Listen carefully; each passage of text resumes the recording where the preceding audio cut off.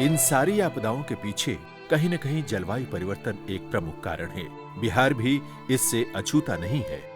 प्रदेश के दूरदृष्टा मुख्यमंत्री श्री नीतीश कुमार ने इस भयावह खतरे को महसूस किया और विधानमंडल के दोनों सदनों की संयुक्त बैठक में सभी माननीय सदस्यों को इससे अवगत कराया।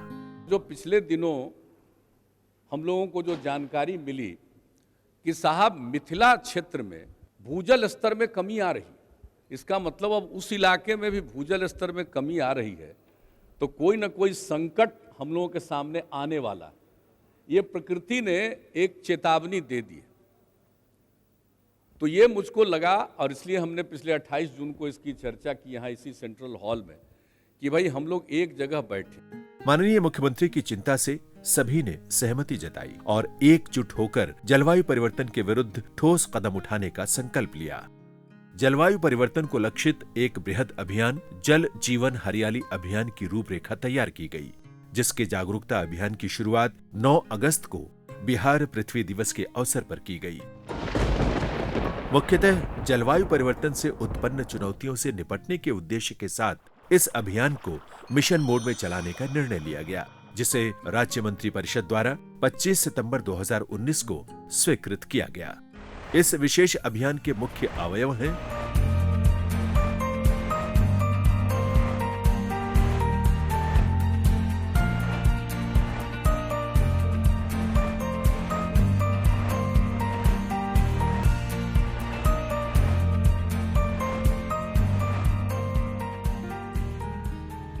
पर्यावरण पर गांधी जी के विचारों को नमन करते हुए 2 अक्टूबर को उनकी 150वीं जयंती पर माननीय मुख्यमंत्री द्वारा जल जीवन हरियाली अभियान की शुरुआत की गई। आज उनका 150वां जयंती हम लोग मना रहे हैं और बिहार में तो और करेंगे। और देख लीजिएगा जल जीवन हरियाली अभियान और इसके जो कार्यक्रम तय कर लिए हैं हम लोगों ने, और ये जब गांव-गांव में लागू होगा तो मैं समझता हूं कि पर्यावरण में सुधार के लिए जो काम होगा वह देखने लायक काम होगा।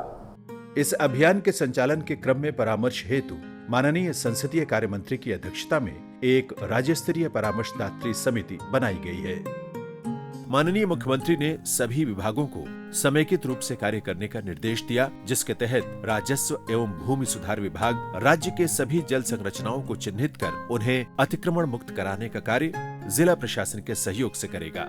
ग्रामीण विकास विभाग इस अभियान का नोडल विभाग है, जो संबंधित सभी विभागों के साथ समन्वय के संग 1 एकड़ तक के सार्वजनिक जल संचयन संरचनाओं यथा तालाबों, पोखरों, आहरों, पईनों का जीर्णोद्धार, सार्वजनिक चापाकलों के किनारे सोख्ता का निर्माण, गैर वन क्षेत्र की छोटी छोटी नदियों नालों में एवं पहाड़ी क्षेत्रों के जल संग्रहण क्षेत्रों में चेक डैम एवं जल संचयन के अन्य संरचनाओं का निर्माण, नए जल स्रोतों का सृजन, भवनों में रेन वाटर हार्वेस्टिंग यूनिट के निर्माण एवं सघन वृक्षारोपण का कार्य करेगा।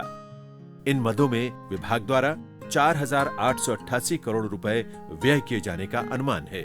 लघु जल संसाधन विभाग को 1 एकड़ से बड़े तालाबों, पोखरों, आहरों और पईनों का जीर्णोद्धार करने, सार्वजनिक नलकूपों के किनारे सोख्ता का निर्माण करने और छोटी छोटी नदियों नालों में एवं पहाड़ी क्षेत्र के जल संग्रहण क्षेत्रों में चेक डैम एवं जल संचयन के अन्य संरचनाओं का निर्माण करने की जिम्मेदारी दी गई है।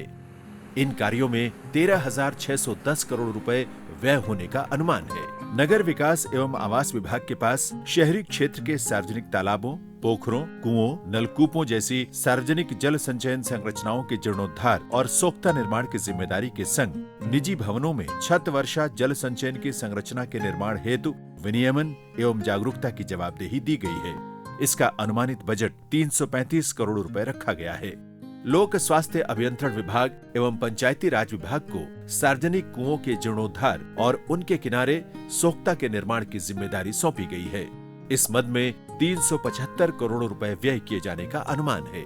पर्यावरण, वन एवं जलवायु परिवर्तन विभाग को वन क्षेत्र की छोटी छोटी नदियों, नालों एवं पहाड़ी क्षेत्र के जल संग्रहण क्षेत्रों में चेक डैम एवं जल संचयन के अन्य संरचनाओं के निर्माण, पौधशाला सृजन एवं सघन वृक्षारोपण की जिम्मेदारी दी गई है, जिस पर 1750 करोड़ रुपए व्यय होने का अनुमान है।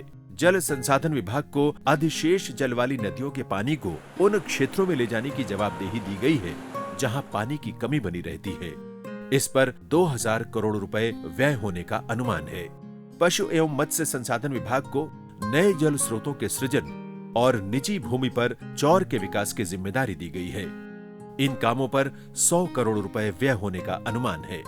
कृषि विभाग के पास पर्यावरण अनुकूल वैकल्पिक फसलों के विकास, ड्रिप इरिगेशन, जैविक खेती एवं अन्य नई तकनीकों के उपयोग को बढ़ावा देने, खेतों में जल संरक्षण और भूमि संरक्षण की जिम्मेवारी सौंपी गई है।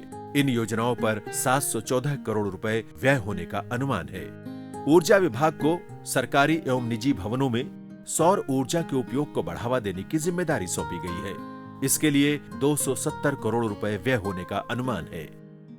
भवन निर्माण विभाग के पास इसके नियंत्रण वाले भवनों में रेन वाटर हार्वेस्टिंग यूनिट के निर्माण एवं ऊर्जा की बचत के लिए सौर ऊर्जा के प्रयोग को प्रोत्साहित करने की जिम्मेवारी है। इन योजनाओं पर 80 करोड़ रुपए व्यय होने का अनुमान है। शिक्षा एवं स्वास्थ्य विभाग को अपने विभाग से संबंधित भवनों में छत वर्षा जल संचयन संरचना के निर्माण की जिम्मेवारी दी गई है।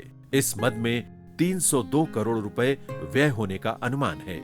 ऐसी योजनाएं जन सहभागिता से ही सफल होती हैं। इसलिए जन जागरूकता का एक बृहद अभियान चलाने का निर्णय लिया गया और इसकी जिम्मेवारी सूचना एवं जनसंपर्क विभाग को सौंपी गई है।